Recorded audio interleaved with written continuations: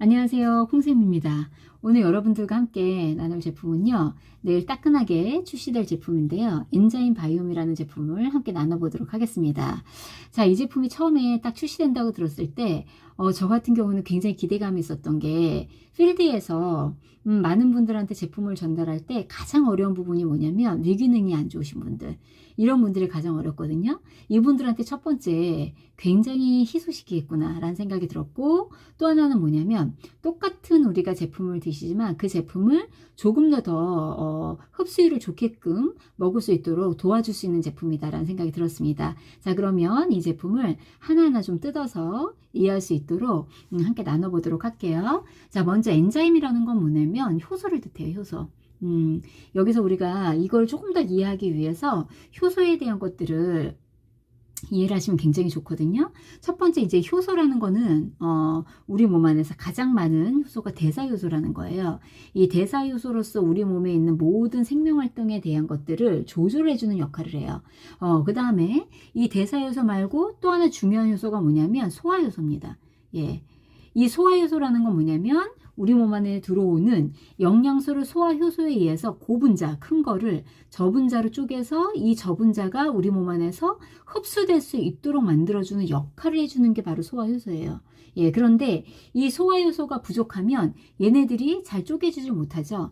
그러면 얘네들 우리 몸 안에서 무슨 역할을 하면 독성의 역할을 합니다. 예, 그럼 이 독성으로 인해서 여러 가지 문제가 생기기 때문에 우리 몸은 이 독성을 생기지 않게 하기 위해서 정말 최선을 다하죠. 그렇기 때문에 우리 몸 안에서 만약에 소화효소가 부족하다, 그럼 내 몸은요, 대사효소를 갖다가 이렇게 씁니다. 예. 그러면 결국은 어떻게 되냐면 이 소화효소 부족으로 인해서 대사효소도 부족해지는 거죠. 근데 이 대사효소라는 거는 내 몸 안에서 내 몸을 재생하고 그리고 염증을 없애주고 내 몸이 정상적으로 대사돼서 돌 수 있도록 에너지를 만들어주고 이런 역할을 다 하거든요. 그런데 이 대사효소가 부족하면서 그런 것들에 대한 문제점이 이제 또 생기기 시작하는 거예요. 자, 그래서 이 두 가지가 우리 몸의 생명활동에서 너무너무 중요한 부분이고, 첫 번째로 중요한 게 뭐냐? 소화효소다. 이렇게 정리를 할 수 있는 거죠. 그 다음에 그러면 엔자임에다가 왜 바이옴을 섞었냐는 거예요. 우리가 어떤 영양소 중에서는 사실은 인간이 소화시키지 못하는 영양소들도 있잖아요. 그 대표적인 게 뭐죠? 식이섬유입니다. 예, 식이섬유. 그 다음에 글루텐이나 이런 것들은 소화시키기가 굉장히 좀 어렵잖아요. 그래서 이 바이옴을 섞음으로 인해서 어떻게 하냐면 얘네들을 소화를 잘 시킬 수 있도록 만들어주는 거예요. 예. 그래서 두 개의 짝은 정말 환상적인 콤비다라고 말씀을 드릴 수 있죠. 그래서 두 개를 함께 듀얼 콤비네이션으로 해서 이렇게 이제 만들어낸 겁니다. 자, 그 다음에 이 효소라는 거를 이해하기 전에 우리가 또 이해해야 되는 부분이 뭐냐면 위산입니다. 예, 왜냐하면 위산은 위에서에 있는 소화를 특히 비활성에서 활성폼으로 만드는 그 대표적인 물질이기 때문에 이 위산이 저하됐을 때 결국은 뭐냐면 소화효소가 작동을 잘 못하게 되거든요. 그래서 이 위산 저하를 먼저 이해를 하고 나면 아마 이 소화효소에 대한 것들도 조금 더 쉽게 이해되지 않을까라는 생각이 듭니다. 자, 그렇다면 위산이라는 거는 뭐냐는 거죠. 위산은요, 우리 몸에서 강력한 산성 물질을 나타내는 물질이에요. pH 산도가 어느 정도가 되냐면요, 약 1.7 정도 돼요. 2에서 1.7 정도 되는데 엄청난 강산성입니다. 얘네들이 만약에 피부에 닿잖아요. 그럼 피부가 녹아버려요. 그 정도로 굉장히 강한 산성인데 이 산성으로 인해서 우리 몸 안쪽으로 균들이 못 들어올 수 있도록, 들어오지 못하도록 제균을 해서 내 몸을 보호하는 역할을 1차적으로 하는 겁니다. 자, 그 다음에 뭐냐면 위라는 것은요, 단백질을 소화시키는 기관이에요. 그런데 이 단백질이라는 게 펩시노겐이라는 단백질 소화 효소가 있는데 얘는 비활성폼이에요. 그러면 얘네들이 왜냐면 위산이라는 게 얘네들을 자극을 시켜서 활성폼으로 바꾸지 않으면 항상 활성폼으로 있으면 우리 위 벽은 다 녹아서 없어지겠죠. 그래서 항상 어떤 형태로 있냐면 얘네들 비활성 상태로 있는 거예요. 그러니까 펩시노겐이라는 비활성 상태를 염산이 딱 들어갑니다. HCl이라는 염산이 딱 들어가면 얘네들이 뭐가 되냐면 펩신이라는 이제 활성폼이 되면서 단백질을 소화시키죠. 자, 이렇게 해서 위산이라는 거는 단백질을 소화시킬 수 있는 소화효소를 활성화시키는 가장 중요한 물질이다. 자, 그 다음에 또 하나 강력한 이 산성 물질은 우리 몸 안에서 뭐냐면요, 미네랄을 용해시켜요. 예, 미네랄을 용해시켜서 우리 몸 안에서 흡수될 수 있도록 만들어주는데 얘네들이 산성이 떨어지면 이게 잘 안 된다라는 거죠. 그럼 미네랄 부족 현상이 우리 몸 안에서 나타나게 되는 거예요. 자, 그러면 다시 한번 하나하나 살펴보도록 하겠습니다. 자, 그럼 이런 위산이 왜 저하되냐는 거예요. 이 원인을 살펴보면요. 너무 안타깝게 첫 번째는 자연스러운 현상이라는 거예요. 나이가 들면 사실은 위산뿐만이 아니라요. 우리 몸에 있는 모든 점막에서 나온 액체가 다 없어져요. 사실 침도 마르고요. 소화효소도 안 나오고요. 위산도 안 나오고요. 이렇게.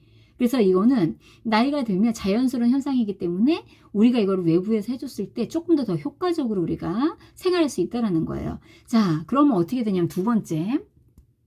연세 드신 분들이 보통 그 건강검진을 받으시잖아요. 그럼 위의 상태에 대해서 이런 진단을 참 많이 받으세요.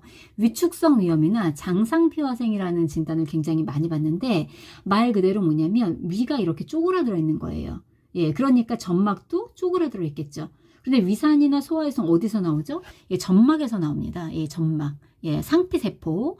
이 점막이 기능이 떨어지는 거예요. 그러니까 위산이 어떻게 되죠? 안 나오게 되는 거예요. 장상피화생도 마찬가지예요. 위의 점막이 모처럼 되는 걸 장상피화되는 거예요. 장의 상피조직화되는 거예요. 그러니까 위의 상피조직과 장의 상피조직은 틀리잖아요.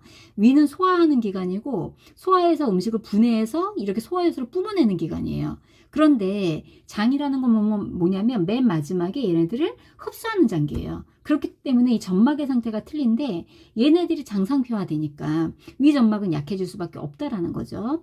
자, 그 다음에 또 하나가 뭐냐면 헬리코박터균. 헬리코박터균은요, 원래는 위에서 균이 살 수 없다고 생각했었어요. 강력한 산성이기 때문에. 그런데 헬리코박터라는 사람이 위에서도 살 수 있는 균을 발견한 거죠. 그래서 그 이름을 따서 헬리코박터균이다 라고 얘기를 하는데 얘네들이 살기 위해서 어떻게 하냐면요, 알칼리를 막 이렇게 뿜어냅니다. 그러다 보니까 헬리코박터균이 있으면 내 위에 있는 pH가 어떻게 되냐면요, 4에서 5 정도로 굉장히 이 산도가 떨어집니다. 예. 그렇기 때문에 위산 저하가 자연스럽게 나타나는 거죠. 또 하나는 뭐냐면 현대인들의 에너지 저하예요. 굉장히 피로증후군, 만성 피로증후군, 교감신경이 항진되고 그래서 얘네들 긴장 상태가 항상 유지되고 이런 상태가 되면 위산이 저하될 수밖에 없다라는 거죠. 그리고 위산을 만들 수 있는 영양소 자체, 현재 우리가 먹는 음식이나 이런 것들이 사실은 영양소 결핍 상태잖아요. 예, 이로 인해서 사실 위산도 나오지 못하는 상황이 된다. 이런 소리예요. 자, 이렇게 해서 위산이 저하되잖아요. 그럼 우리 몸 안에서 어떠한 증상이 나타났냐면요. 정말 모든 병의 원인이 위산 저하구나라는 걸 아마 느끼시게 될 거예요. 자, 첫 번째가 뭐냐면 위에서는 단백질을 소화시키는 기관이라고 그랬죠. 그런데 대부분 이런 소리 한번 들어보셨을 거예요. 나 우유 못 먹어. 예. 혹은 우리가 이제 육고기나 이런 것들을 먹고 나면 어떻게 되냐면 막 가스 차고 소화 안 되고 복부 팽만감, 예, 트름 나오고 뭐 심지어는 막 메스껍고 이런 증상이 나타나잖아요. 이런 분들의 원인이 뭐다? 예, 위산 저하입니다. 예, 또 하나가 위산이 저하돼서 소화가 되지 않잖아요. 그럼 그 음식은 우리 몸 안에서 독성이라는 거죠. 독성. 이것 때문에 우리 몸은 정말 온몸으로 이 독성이 생기지 않게끔 하기 위해서 노력을 한다는 거예요. 그래서 이 독성으로 인해서 내 몸에 각종 염증을 일으키고 문제를 일으키기도 하고요.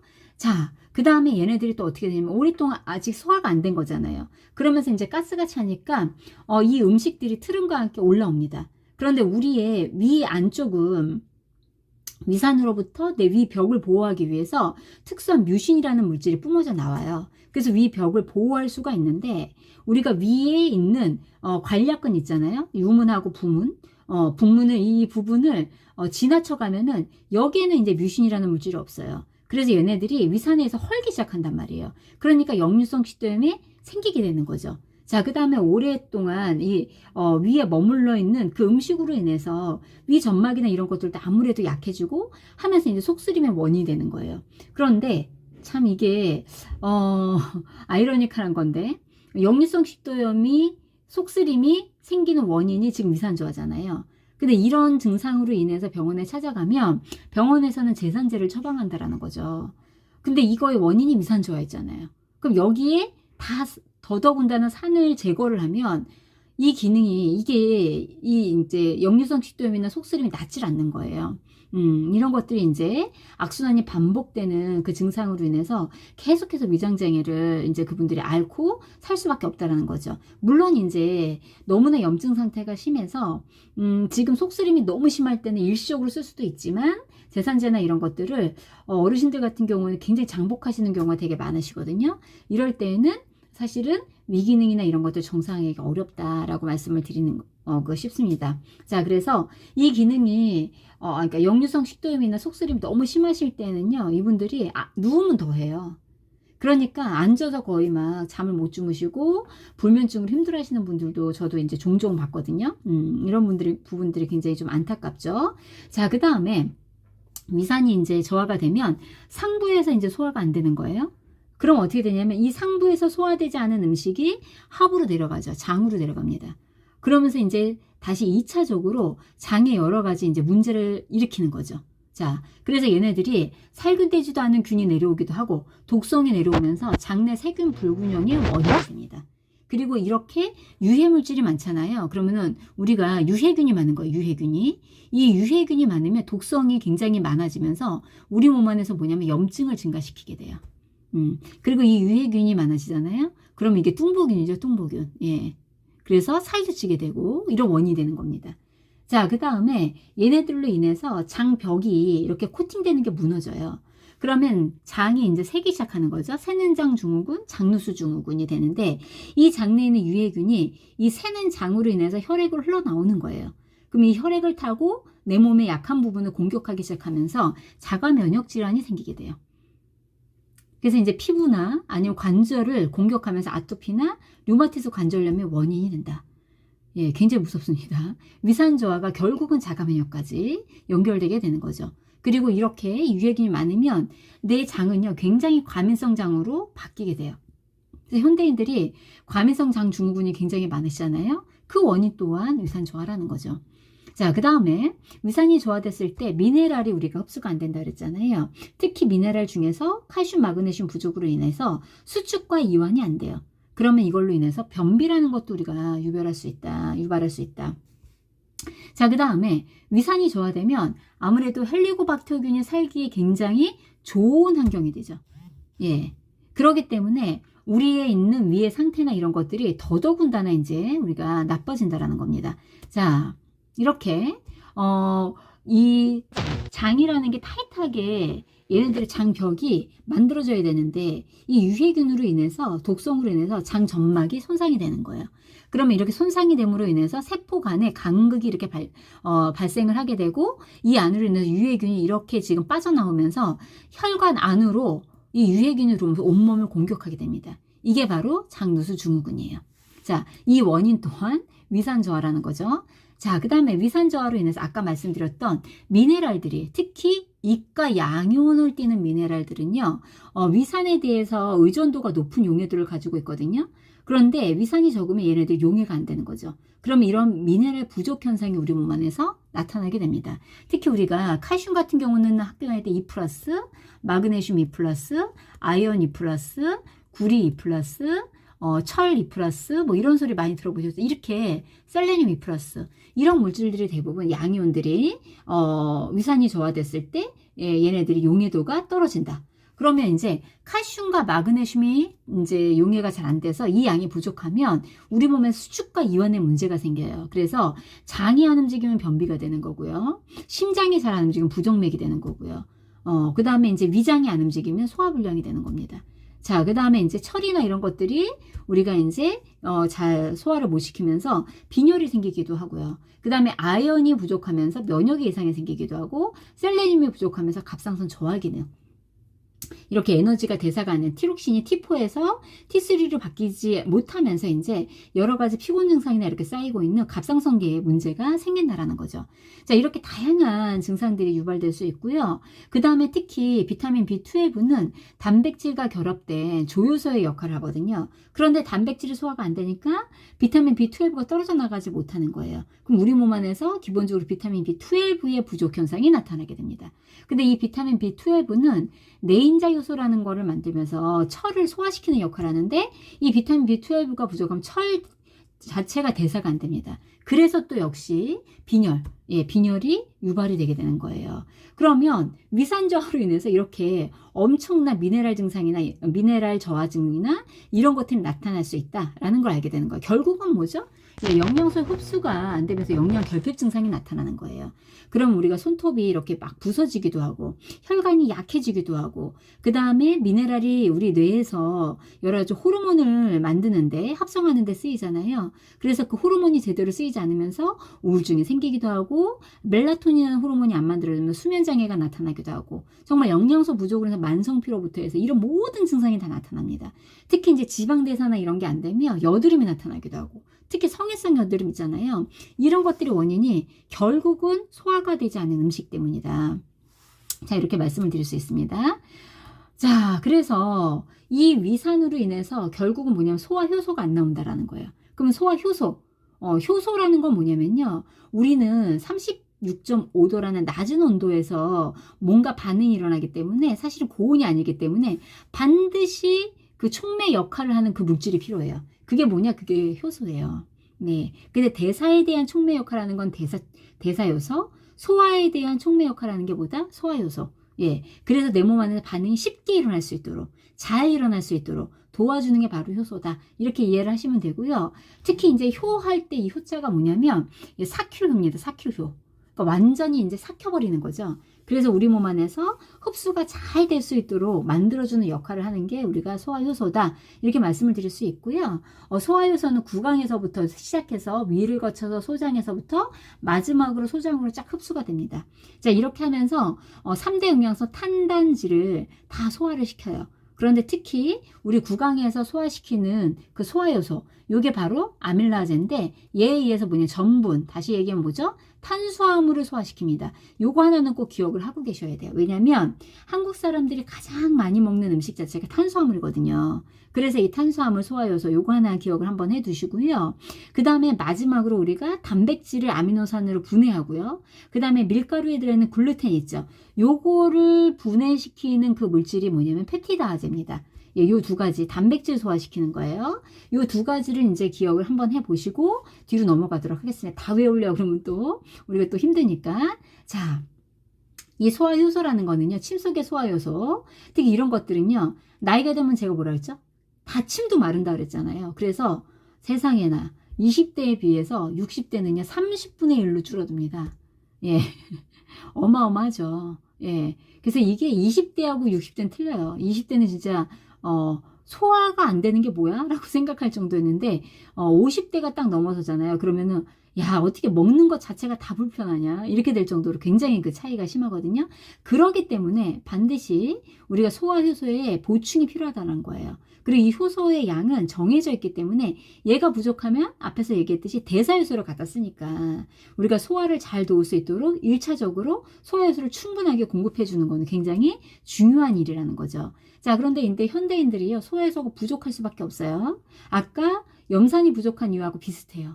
예, 그래서 나이가 들면서 자연스럽게 줄고, 그 다음에 요즘 발효식품 너무 안 먹잖아요. 그리고 막 이렇게 소화가 안 될 수 있게끔 국물 문화, 그리고 위도 잘 안 움직이게끔 차가운 음식 문화 너무 필요하고, 그리고 또 빨리빨리 문화 이런 것들 단 음식 너무 좋아하고 이러다 보니까 사실은 소화효소가 많이 나올 수 있는 환경 자체가 아니다라는 거죠. 자, 그래서 이것들을 도와줄 수 있는 그 제품이 바로 엔자임 바이옴입니다. 자, 이 제품은요, 효소하고 유산균을 한 번에 넣었어요. 아까 제가 말씀드렸듯이 얘네들이 그 듀얼 콤비네이션으로 됐을 때 우리가 소화를 시킬 수 있는 최적의 환경을 만들어줄 수 있기 때문에 이렇게 듀얼 콤비네이션으로 했고요. 그래서 이 부분인데요. 왜 우리 마일에 장검사 했죠? 예, 장검사 이렇게 보면 뭐 나오죠? 미생물에 의해서 탄수화물이나 단백질이나 여러 가지 비타민을 소화시키는 것들, 이런 것들이 많이 나오잖아요. 예, 이렇게 미생물이라는 거는 우리에 있는 소화효소와 밀접한 관계가 있다. 이 정도만 이제 짚고 넘어가도록 하겠습니다. 그래서 이제 우리의 지금 새로 나오는 이 이제 엔자임 바이옴이라는 제품은요, 바로 효소로 되어 있는데요. 가장 핵심적인 게 또 반복하겠지만 천연 발효입니다. 이게 가장 핵심적인 거예요. 그리고 발효식품은 가장 중요한 게 역가지수거든요. 역가? 역가라는 게 뭐냐면 효소력에 대한 값 이 뜻이에요. 그 효소가 얼만큼 그 효소에 대한 힘이 센가.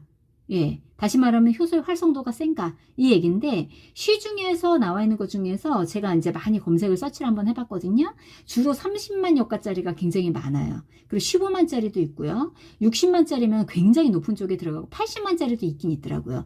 그런데 그 안에 들어있는 사실은 이 발효식품이라는 거는 어떤 회사에서 정말 제대로 된 발효공법으로 만들었는가 이게 굉장히 중요한데 사실은 이 효소 제품이라는 것이 건식이 아니라 일반식으로 들어가요. 일반식품으로 들어가기 때문에 그 기준이 안 써 있는 것들도 너무 많고요. 어떤 걸로 이제 얘네들을 발효시켰는지에 대한 표기나 이런 것들이 굉장히 부족한 게 현실인 것 같습니다. 예, 그런데 저희 뉴트라이트에서 만드는 건 말 그대로 정말 최고의 발효 기술 그리고 유산균 중에서도 특허 유산균을 쓴 거 이런 부분들이 좀 차별화된 부분이다라고 말씀을 드릴 수 있겠죠. 자, 그 다음에 이제 특허 유산균 우리 HAM 마이랩 만드는 회사 있잖아요. 그 회사에서 만든 정말 특허 유산균으로 만든 그 유산균이 들어있습니다. 이 균에 의해서 단백질하고 글루텐 아주 밀가루 드시는 분들 너무 반가운 소리죠. 예, 글루텐을 분해할 수 있도록 특허 유산균을 넣습니다.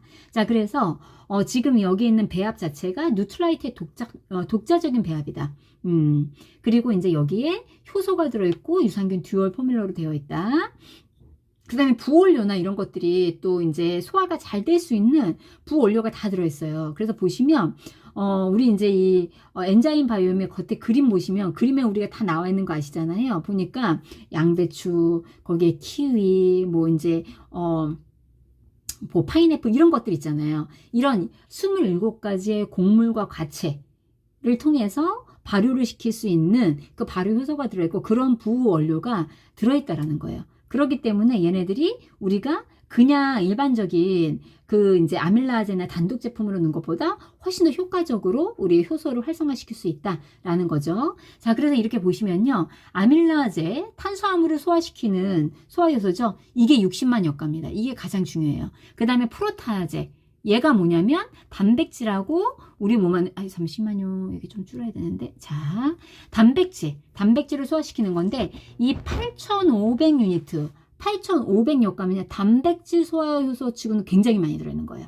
예.